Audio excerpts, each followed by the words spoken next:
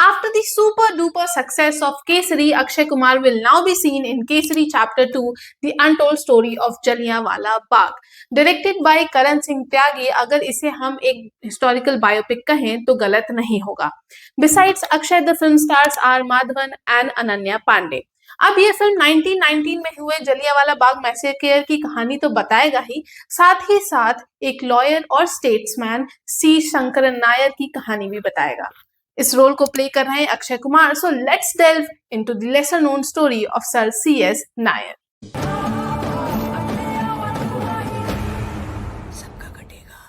Year 1857. This was the time when India had its first war of independence.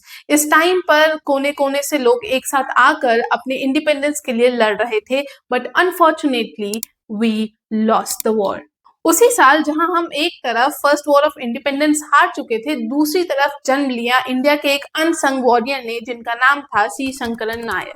इनका जन्म केरल में हुआ था और अगर इन्हें हम एक फॉरगेटन हीरो कहें तो गलत नहीं होगा, क्योंकि इनके बारे में शायद ही हमने कभी अपने हिस्ट्री टेक्स्ट बुक्स में पढ़ा हो. और interestingly most of us got to know about him जब केसरी 2 का ट्रेलर रिलीज किया गया. केसरी चैप्टर 2 एक बुक पर बेस्ड है जिसका नाम the case that shook the empire. इस बुक को लिखा है नायर के ग्रेट ग्रैंडसन रघु और उनकी वाइफ पुष्पा ने. इस बुक में नायर के बारे में काफी सारी चीजें लिखी हुई थी. According to the book, Nair was a punctilious, proud and an outspoken man of principle. रोज सुबह योग करना, सिर्फ टर्बन पहनना, साथ ही साथ एक गोल्ड वॉच पहनना, इन सारी चीजों को कहीं ना कहीं उनके ब्रिटिश कंटेम्पररीज एडमायर करते थे. हालांकि वो सारे ब्रिटिश कंटेम्पररीज नायर के पॉलिटिक्स को अपोज किया करते. शंकरन नायर के great grandfather east India company के लिए काम कर चुके थे and his grandfather was a chief officer under the civilian administration. Now coming back to Nair, 1880 में ही started working as a lawyer at high court of Madras. 1897 में उन्हें इंडियन नेशनल कांग्रेस का प्रेसिडेंट अपॉइंट किया गया. एंड इंटरेस्टिंग बात यह है कि he was the first Malayali and one of the youngest to hold the post. A few years later in 1908, Sankaran Nair high court of Madras में एक परमानेंट जज के तौर पर नियुक्त हो चुके थे. इसके बाद ही became a member of the Viceroy's Council. जब ये जलियांवाला बाग हत्याकांड हुआ था तब नायर एजुकेशन मिनिस्टर के साथ साथ वाइसरॉयज एग्जीक्यूटिव काउंसिल के इकलौते इंडियन रिप्रेजेंटेटिव के तौर पर कार्यरत थे. जलियांवाला बाग हत्याकांड होने के बाद नायर के मन में काफी गुस्सा और दुख था. जैसे कि रविंद्रनाथ टैगोर ने 1919 में हुए इस पूरे मैसेकेयर के बाद अपने नाइटहुड की उपाधि त्याग दी थी, वैसे ही नायर ने भी अपने पोस्ट से रेजिग्नेशन दे दिया. सर नायर का रेजिग्नेशन ब्रिटिशर्स के लिए काफी ज्यादा अनएक्सपेक्टेड था और रेजिग्नेशन के बाद ही ब्रिटिशर्स ने पंजाब से मार्शियल लॉ वापस बुलाने का तत्काल निर्णय लिया था. रेजिग्नेशन देने के कुछ टाइम बाद ही नायर ने एक किताब लिखी जिसका नाम था गांधी एंड अनार्की. अब इस बुक में उन्होंने क्रिटिसाइज किया general Dyer. General Dyer was the person who was responsible for the Jallianwala Bagh massacre. उन्होंने अपने सोल्जर्स को ये ऑर्डर दिया था कि जलियांवाला बाग में मौजूद लोगों पर गोलियां बरसाएं, अब चाहे वो मासूम बच्चे हों या फिर औरतें. According to the unofficial sources, इस मैसेकेयर में लगभग हजारों लोगों ने अपनी जान गंवा दी और कुछ लोग जो कुएं में कूदे थे अपने जान बचाने के लिए वो भी मारे गए. After this horrifying massacre, Nair ने अपने बुक में जनरल डायर पर आरोप लगाए.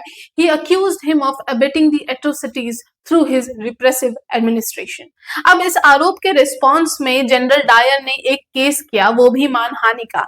इस केस को सुना गया लंदन हाई कोर्ट में और ये वही नायर वर्सेस जनरल डायर का केस है जो कि हम केसरी 2 में देखने वाले हैं. 1924 में नायर ने इंग्लिश जजेस, इंग्लिश लॉयर्स और इंग्लिश जूरी के सामने उनके अपने ही कोर्ट रूम में उन्हें फेस किया और साथ ही साथ एक मुंह तोड़ जवाब दिया.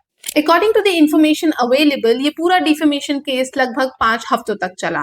अब जो जज इस पूरी केस की सुनवाई में था वो पूरी तरह ब्रिटिशर्स के लिए बायस था. एट लास्ट नायर को 2 ऑप्शंस दिए गए, या तो उन्हें जनरल डायर को सॉरी बोलना होता या फिर एज फाइन 500 पाउंड्स पे करने होते. एंड इस पूरे वीडियो में उनकी स्टोरी सुनकर आप ये तो समझ ही गए होंगे, ये तो जान ही गए होंगे कि नायर ने जनरल डायर को सॉरी तो नहीं ही कहा होगा. He opted to pay 500 pounds as damages rather to apologize to General Dyer. Fuck you. Although ये एक डिफेमेशन केस था, पर इस केस ने ब्रिटिश द्वारा किए गए अत्याचारों को इंटरनेशनल स्क्रूटिनी में ला दिया, specially whatever happened at the Jallianwala Bagh. Nair ने ब्रिटिशर्स के खिलाफ लड़ाई तो लड़ी, बट बिना किसी वेपन के।